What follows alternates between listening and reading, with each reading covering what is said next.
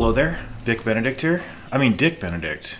Isn't that what I chose for my character name? Dick Benedict? Dick fucking Benedict. We're playing Dark Souls 3 on the PC.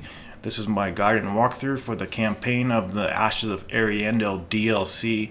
We're currently on part 3 of 5 of our campaign, and we're going to be running down this slope and accessing the Corvian settlement. We're going to be getting the Crow's Talons in this video and upgrading those to plus 10 and, getting another bleed tool for ourselves. There's a couple of guys over here.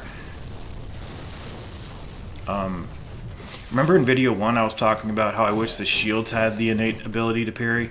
Well, that was the wrong thing to say. I meant that I wish the character had the innate ability to parry like in Dark Souls 1. I don't understand why they ever started to tie the ability to parry with a shield, but they somehow started to do that in Dark Souls 2 and then they ran with it. Anyway, down here there's going to be some dredges down here in the mire.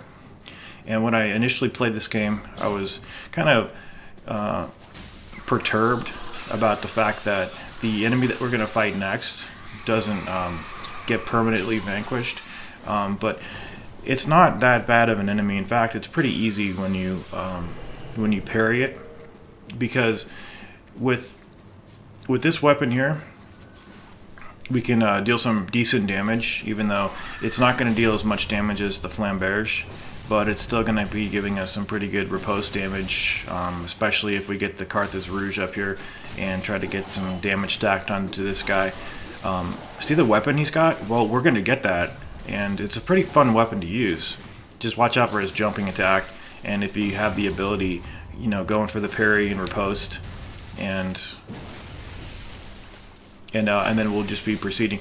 So these guys respawn every time you reset at the bonfire, and it's not that much of a big deal. I thought it was a big deal, but it's not as much of a big inconvenience as the Outrider Knights are. So it's a pretty simple enemy, although it has a lot of combo capacity to it, and you can easily find yourself getting put down on the ground, prostrate. But hopefully you won't let that happen too much. But anyway, here's the bonfire for the Corvian settlement.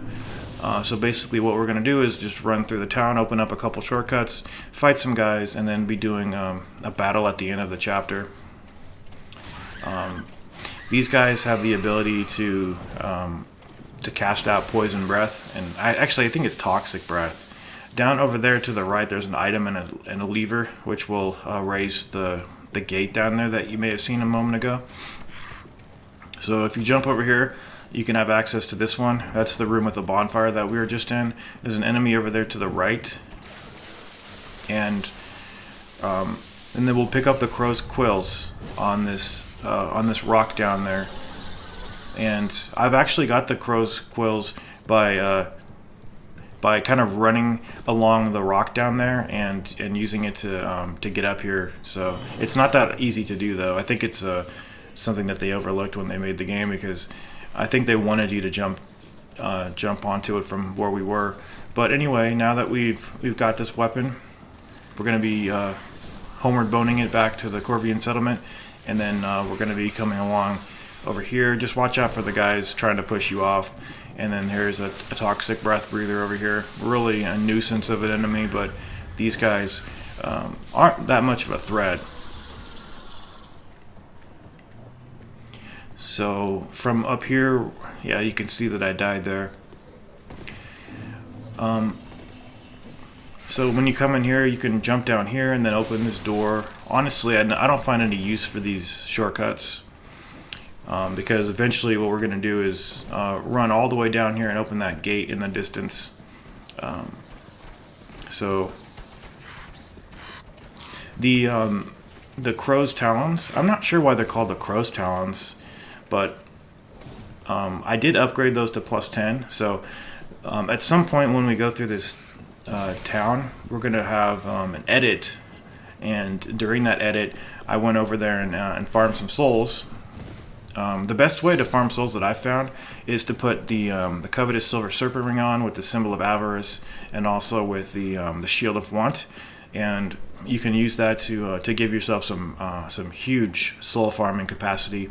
And then the place where I farm is the gold winged knights right before the Lothric princes, and then that's where I farm. You can get 23,000 per kill, so it's 75,000 a session almost.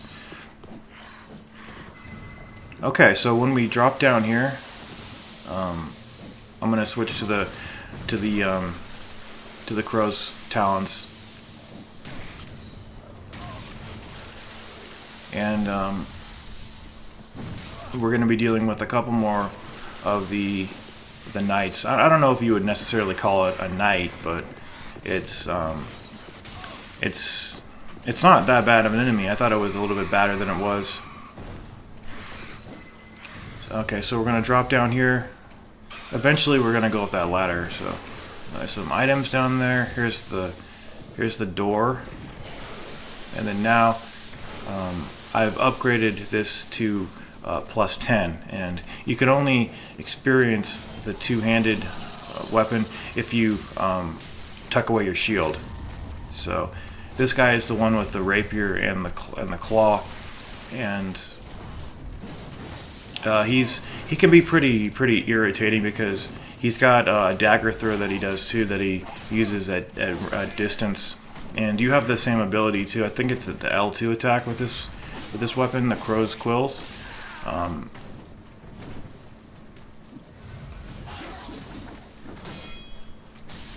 And I think he's just about finished up, and then there's another one of these guys hanging off the top of a building coming up too, but you don't have to fight him.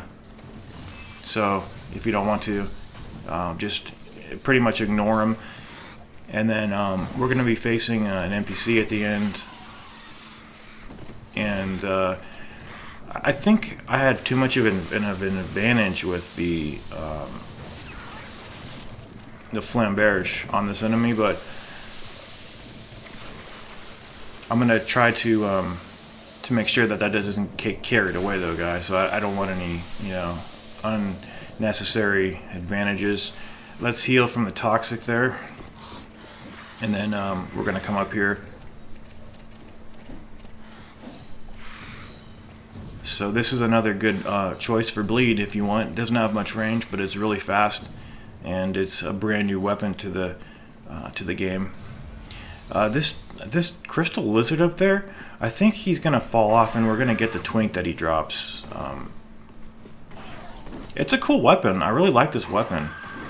I wish there was a small shield that would allow you to regenerate stamina more quickly, like the grass crest shield, but with that more flexible parry riposte window.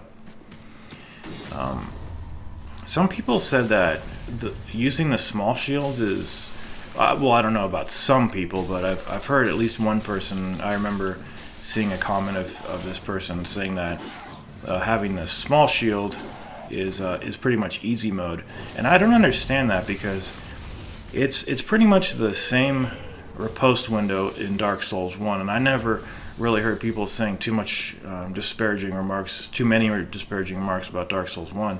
It's the same riposte window as Dark Souls 1, and I always found Dark Souls 1 riposte window to be really fair and fun, and it made sense to me.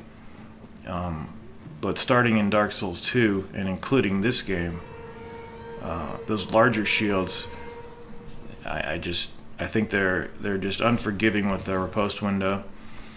Okay, so now we've switched back to the flamberge, and then we've got a mandatory fight down here because this guy drops the contraption key that you need. Notice that candelabra over there was destroyed by somebody else that was chasing me. And then we've got Sir Vilhelm to deal with, and I'm not sure what he has. I think he's got something called the Onyx Blade, and I'm pretty sure that he's going to drop it at the end of this fight. And I think I definitely had an advantage here because I was dealing him hefty damage, which I guess is fair since he does heal. And I don't know, I didn't feel good about myself at the end of this fight because it's usually a lot more challenging than that is. Yeah, he's got the Onyx Blade. Anyway, after you pull the lever, this is going to drop down for you to ascend, and then we are going to be hitting the bonfire and then fighting a bunch more of those Farron guards over here. So if you just head over here to the right, you will find a bonfire and you will take care.